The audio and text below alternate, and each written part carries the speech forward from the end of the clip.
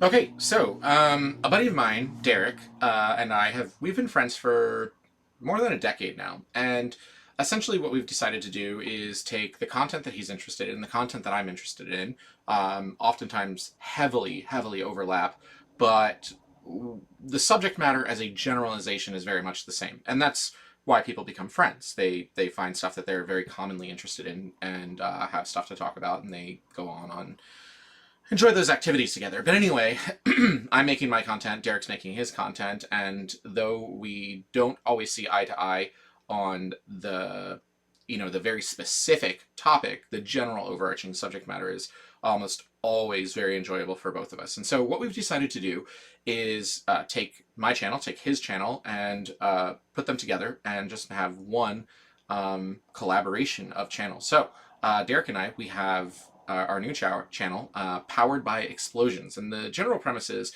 anything that runs on gunpowder, gasoline, or electricity, which ideally electricity isn't exploding, but it's stuff that guys are into, like people are into. It doesn't have to be just guys, but it's stuff that we're into. And something that I've always said is that though Derek and I do not always see eye to eye on the what, rather we do see eye to eye on the what, but the how, like it always does. We wind up taking a very different journey to get to the same place.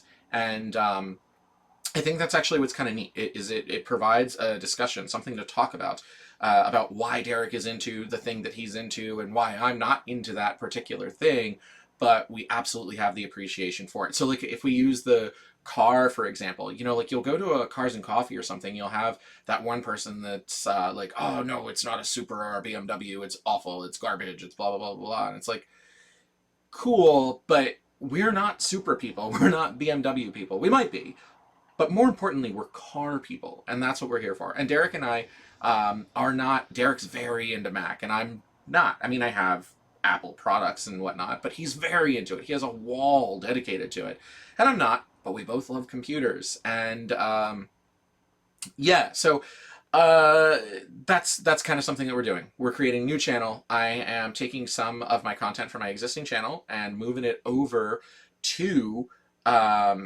the Powered by Explosions channel. So you may have seen some of this content before on my channel. It's simply just been pulled and reloaded to the new Powered by Explosions channel. So if you've already seen it, awesome. If you haven't, that's what this is. So any of those videos that I'm pulling are going to have this as a preface to it, and then this itself will just simply add as a standalone, video for the channel, and essentially just come catch me over at Powered by Explosions. We've got stuff that we've already gotten into. We've got lots of stuff on the way. The rainy season is hit, so it's going to be a little bit slow. Give us time to ramp up and coordinate and get things going. And I think it should be interesting stuff if the general subject matter, motorcycles, cars, jet skis, guns, computers, electronics as a general, if that's your thing, we'll see you over there. We also have some, I don't know, we have some clickbait too, but if you know what I mean. We'll see you there. Okay, let's just go right now. Ready?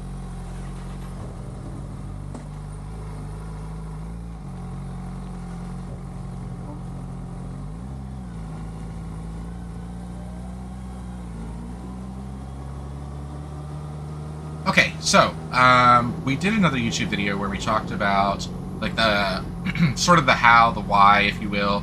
I wound up with the third generation, so happens to be a 2023 Suzuki Hayabusa. But I haven't really done anything to sort of talk about my personal feelings about it, like a review, if you will, regarding the motorcycle. And I think there's a lot to say. So I figure what we'll do is we'll take a quick ride, although it is getting to be, the sun is starting to set, and so it might get dark, and really just kind of talk about the takeaway, my personal experience with the motorcycle. We'll get into some of the technical stuff. We got Heidi riding behind us. You can see her over my right shoulder, and we'll just go out on a ride and get through this. So starting at the top, I think the easiest way to break this down is to sort of go really, really high level, if you will, and talk about pros and cons. So, getting into the pros. There are a lot of them, but the ones that immediately come to mind for me, personally, as the individual riding the bike, would be the bike is very comfortable. Despite its weight, and we'll get into that, which I think is a con, the bike is incredibly comfortable. There was a conversation about whether or not like a different seat would be something that would be useful. We were looking at Louis Moto for aftermarket seats, and they've got their gold gel material, and so the idea was, well, if we're going to put in the order for one, let's just go ahead and do them all at the same time for the CBR, the ZH2, and the Hayabusa. But the thing is, I don't think the Hayabusa needs it. I have gone hundreds of miles in a go on the Hayabusa. I've done 500 miles in the last couple of weeks, and no soreness at all. No butt soreness, no fatigue of any kind related to the seat. So, I guess just getting into that, the bike is incredibly, incredibly comfortable. The next thing that I would consider a pro for this bike is everything that they've thrown at it, like everything in the kitchen sink, and we'll get into that when we talk about like the value of the motorcycle, I guess. But Suzuki threw everything in the kitchen sink at this motorcycle, and maybe some would consider that to be too much, but for this bike, it's a big bike. It handles it. You know, everything that it has, I don't think is more than what it needs. It's not some excess. Maybe a little gimmicky, maybe, depending on your scenario, your riding circumstances. But everything that's here plays well to this bike. And the last thing that I would say, high level, that I would put into the pro category is the power delivery of this motorcycle. I talked about how it was comfortable, and the power delivery is part of that as well. Not just the physical riding ergonomics, but the actual sort of the power delivery, the way that it builds and delivers that power as you go through the rev range. The best way that I have to describe this is, and I've said this, and I think I borrowed it from somebody else, is that riding this thing is like riding a lazy boy. It is this big, powerful bike, but everything about it is just smooth and collected and put together. So when we talk about pros, we also have cons to talk about. And one of the major cons that stands out for a Hayabusa is the elephant in the room. The thing is heavy. It weighs a lot. The bike, I want to say the curb weight on the thing is 582 pounds. And there's some stuff that you can do about that, and as it's being ridden, it carries its weight really well, but I found that despite the fact that it does carry its weight really well, in a situation where I'm riding, I don't want to say a smaller bike, but maybe a lighter bike, I found more confidence and a sense of more nimbleness to these other bikes that the Hayabusa just doesn't have. It's not bad, it's just, it is heavy, and there isn't any way around that. So, the next thing that would be considered a con, and some might actually see this as a pro, it depends what you're looking for, but for me personally, I would consider the culture surrounding the Hayabusa, or anything from Suzuki's GSX-R line, to be a little bit of a con. We were at a Chinese restaurant, and I had a server come up to me who he didn't know anything about motorcycles at all, and he's like, hey, are those your motorcycles out there?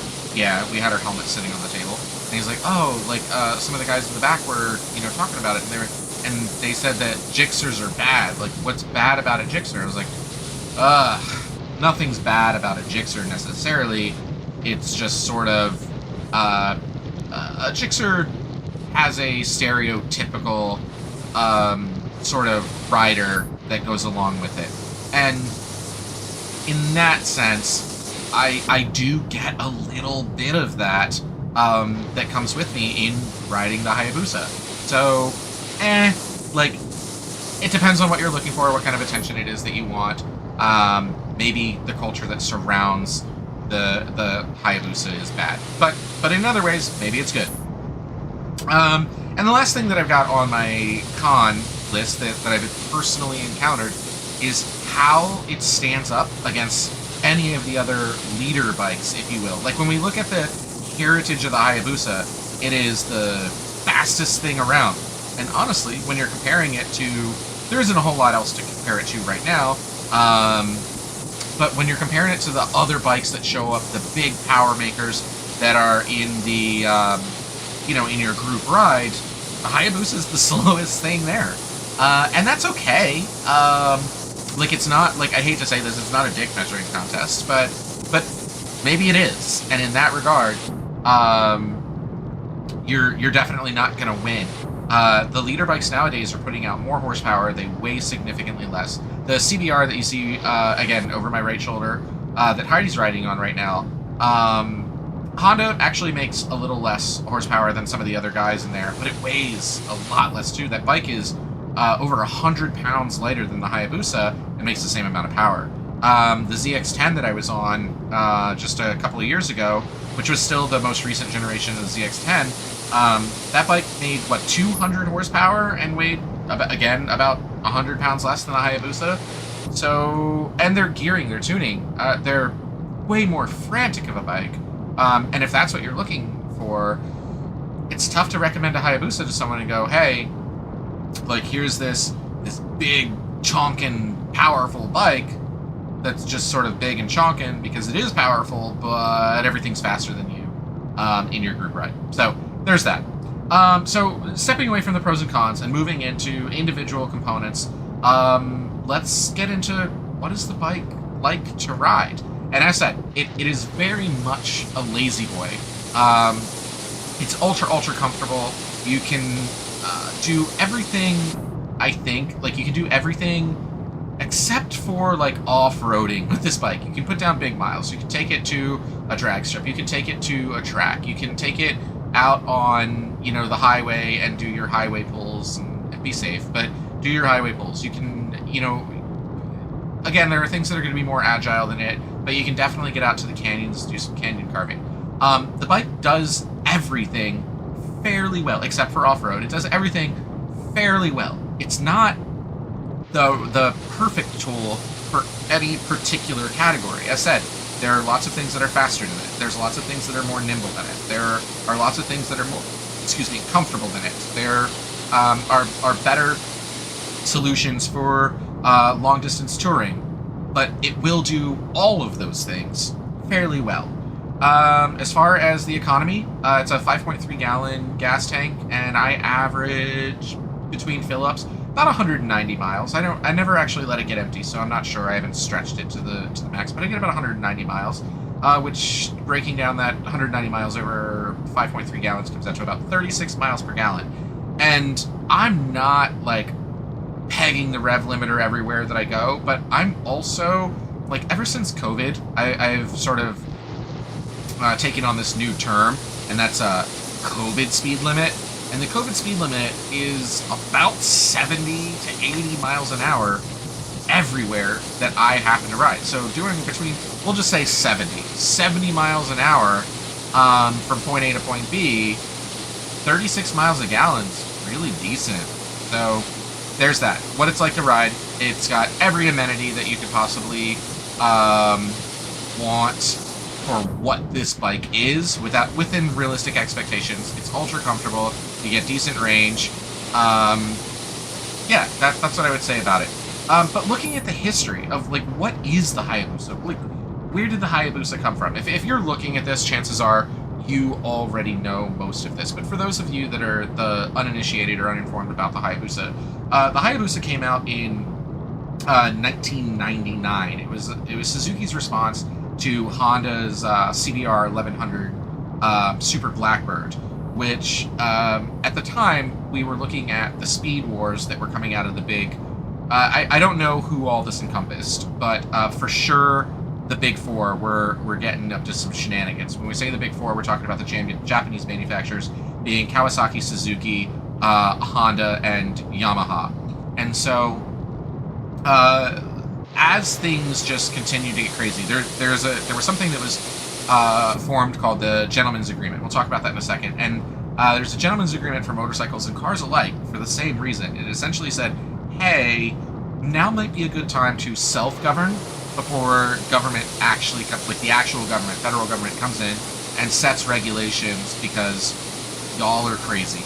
And so essentially what happened was the Gentleman's Agreement said, hey, motorcycles are getting nuts. The Super Blackbird, Honda's thing that the Hayabusa, was created to compete against, Honda did 177 miles an hour.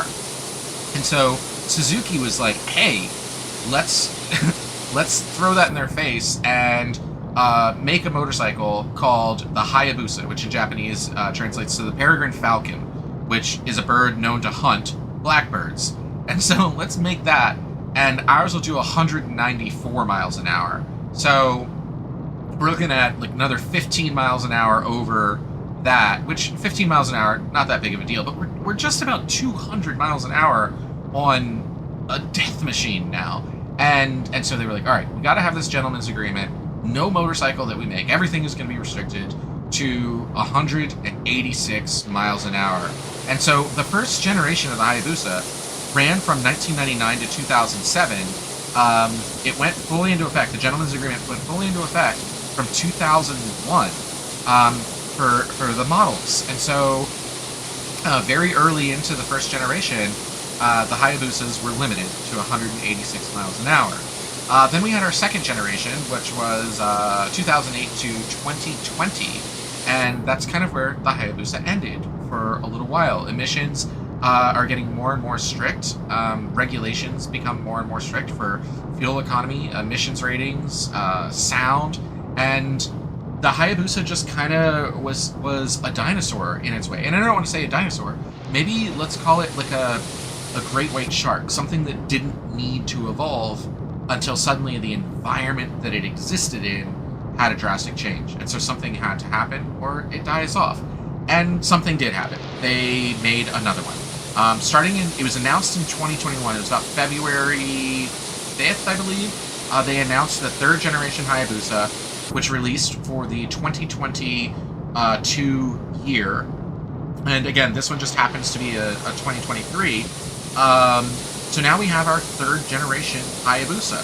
They are down on power by a couple of horsepower from the prior generations. But the way that Suzuki set it up, they set it and said, hey, ride it and tell us you can actually feel, by the seat of your pants, tell us that you can feel that it's down in power. In fact, we bet you that it feels faster, stock for stock. And nobody, to the best of my knowledge, nobody has gotten on a third gen and gone, this is so much more awful, this is slower, this is worse. Everyone gets on it and goes, this is more refined, it's just as quick. Because it is a monster in the way that it builds and delivers that power. Again, the frantic craziness of any modern leader bike from the Big Four, like on actual numbers, will outrun this for a while, and that's okay. But the Hayabusa is still a massive force to be reckoned with. And so when we talk about the power, let's get into the engine. What are we looking at when we're comparing it to a leader bike? Actually, Heidi just asked me a little bit ago. She's like, so is the Hayabusa... Heidi's not super technically informed. She's ridden a handful of things, but she's not super technically informed on motorcycles. She's like, so is the Hayabusa not considered a leader bike? I was like, no. So a leader bike is defined as liter, like a unit of measurement. Quarts, cups, liters. And 1 liter is 1,000 cc's. So when we're looking at a leader bike, we're talking about the 1,000cc bikes. And again, looking at the Big Four, we got the Gixxer 1000, we got the ZX10, we got the Yamaha R1, we've got the CBR 1000RR, which is what she's riding. And so no, the Hayabusa is not a leader bike. It actually has 1,340 cc's. And then so the engine is a 1,300cc bike. Puts out 187 horsepower, 110 pound-feet of torque, and yeah, but again, which is great numbers. Those are great, excellent numbers. It's excellent numbers for torque, especially considering that the thing makes torque very early on compared to the way that a leader bike delivers its power. You got to be all the way up at the top of the rev range for most of them to get peak performance out of it. So this does a phenomenal job. It is ride-by-wire, and so we're going to get into the features later on when we talk about value, but the ride-by-wire, what does that mean for this bike? Just like any of the flagships that are coming out of the Big Four now, we've got quick shifter, up and down. This bike happens to have 2 different modes for its quick shifter, which is kind of interesting. And so we've got our quick shifter up and down, and then we've got cruise control. The ZX-10 has cruise control. The CBR does not. I don't know if the Yamaha does, and I'm not sure if the Gixxer 1000 does or not. I think it does. I'm not 100% sure. But anyway, so this has cruise control. Another one of those long, big mile sort of situations. We're going to have to stop here for just a second, I think, because Heidi's asked that we pull over for a minute. You'll notice that we've started collecting a lot of bugs. Let's go ahead and pull over and see what is going on with Heidi, and then we'll go ahead and pick back up here in just a minute.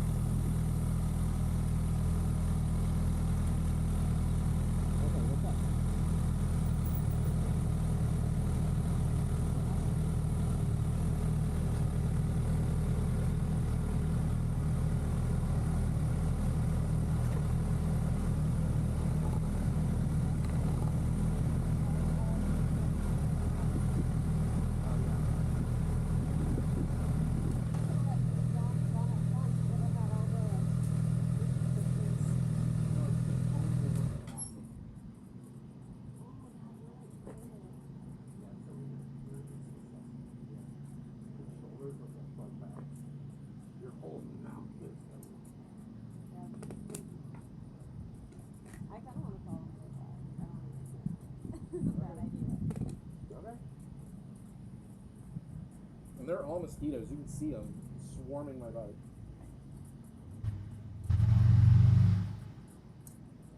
Yours too. They're just going after the heat.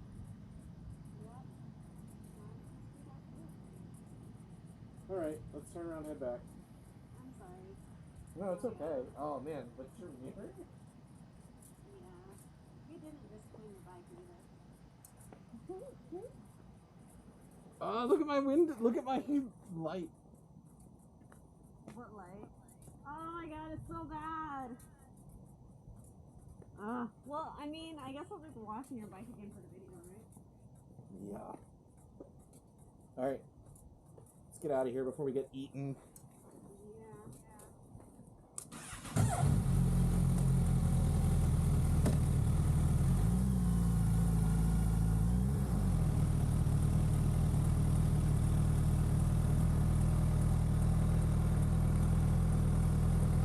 Careful on the gravel when you turn around, okay? Right here where I'm at, covered gravel.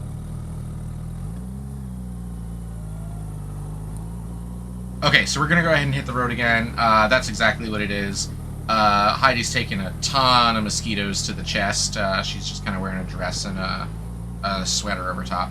Obviously, we're not doing so good on that ATGAT thing. We're in the gear. So, yeah, definitely don't do what we're doing. Wear your gear all the time. So, let's go ahead and continue back where we were. We talked about the engine.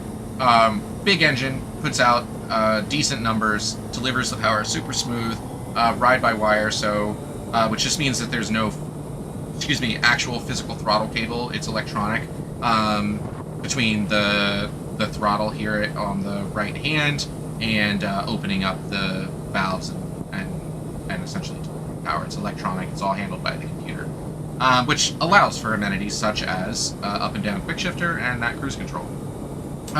Let's get into the suspension. Suspension is definitely not my forte. It's not something that I have a tremendous level of expertise in talking about.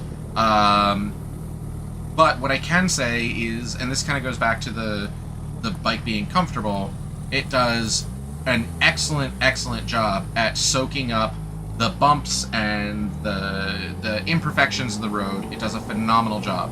For those of you that want the white paper information, it's KYB, front and rear, fully adjustable, both front and rear. Beyond that, couldn't tell you a whole lot about it. I don't know a whole lot. It's extremely comfortable. I have not done any modifications to the suspension. I may be able to get a little more out of it for different riding situations, be it, more aggressive riding or something more comfortable by dialing in based on my physical dimensions, my weight, what it is that I'm looking for. And so, if you're going to be riding a bike long term, maybe that's something that you look into, is going ahead and taking your motorcycle to somewhere that will do a suspension adjustment based on your personal bodily physical characteristics. Next up, brakes. The brakes work. That's what I can say about it. Same thing. The front is the Brembo Stylema front. It's a dual disc, 4-piston calipers. And then the rears, the Nissan rear single piston, single disc. Not a whole lot to talk about these, other than something that is kind of interesting, is that the brakes are linked for the front and rear for the Hayabusa. And there is no way that I have discovered to turn that off. So when you apply braking force with just your brake lever, not using your foot brake, but just your brake lever, I believe that the ratio is 75% of the braking force goes to the front, 30 goes to the rear at all times. You can definitely change that by using when I say you can change that, I mean you can change the behavior, not a setting. You can definitely use your front brake and your rear brake in conjunction manually with your body by using your foot and your hand at the same time. And on the dash, there's actually this little gauge that shows you what percentage of braking force that you are using for both front and rear. It also shows you your throttle out, what position it's in as a percentage as well. So there's that. Transmission. Not a whole lot to talk about here either. It's a 6-speed transmission, 1 down, 5 up. There is something that's kind of interesting about it. I don't, again, transmissions are not something that I am incredibly versed in, but 6-speed, but I want to say it's the 4th through 6th, or maybe it's the 5th and 6th gears, actually have oil squirters on them. I don't know if it's for smoothness or temperature or what it is, but they just happen to have it. Now we can talk about appearance. Appearance is incredibly subjective. I will say that when I looked at the bike, when I was debating on whether or not to get this motorcycle, I would say that it was incredibly ugly. I just was not a fan of them. I happened to get the white and blue. It's a pearl white and a sparkle blue. I'm not 100% sure what the exact colors are. There's like a dark silver and red one. There's a black and bronze one. There's a black and chrome one. So it's like black and black with some chrome. All of them have like that little bit of that swoosh sort of chrome on the side fairing.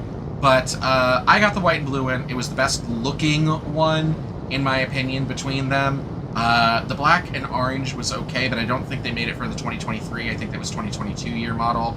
And after I got it, I will say it grew on me significantly. So now when I look at it, I actually enjoy the look of it. It's big, it's bulky, there's a lot of plastic real estate going on, but it's not for everyone. The way that these bikes look is a result of wind tunnel testing. They essentially said, hey, let's put a motorcycle shape-esque sort of something in a wind tunnel and see what works best in a wind tunnel, and out came a Hayabusa-looking motorcycle. So that's why the Hayabusa looks like what it does. Cool factor.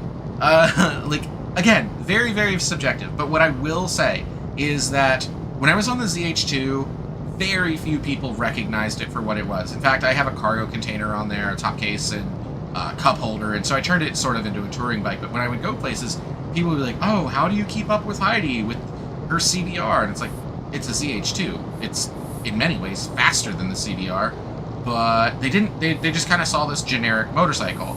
And a lot of people look at motorcycles and go, oh, it's a Ninja. You know, any sport bike is a crotch rocket or a Ninja or whatever. People look at this, they see the kanji on the side, and they go, oh, that's a Hayabusa. Even non-motorcycle people know what this is. And so, take it or leave it, depending on what your preferences are. I would say the fact that it's recognized everywhere, kind of cool factor.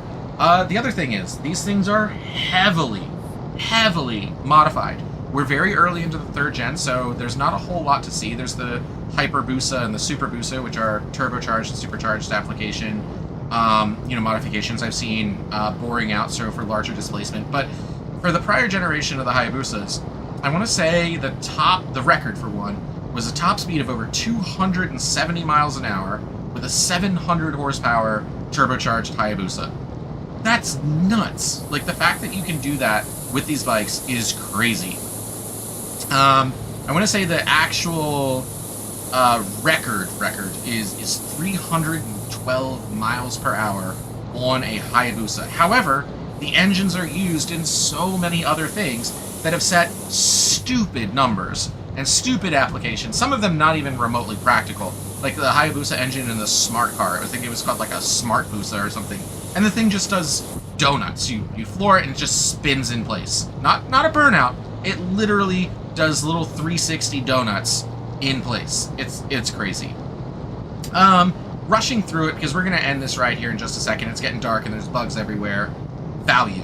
And that depends on what you're after. What is it that you're looking for? Because this bike does everything fairly well, except for off-road. I'm going to keep reiterating, please don't take a Hayabusa off-road.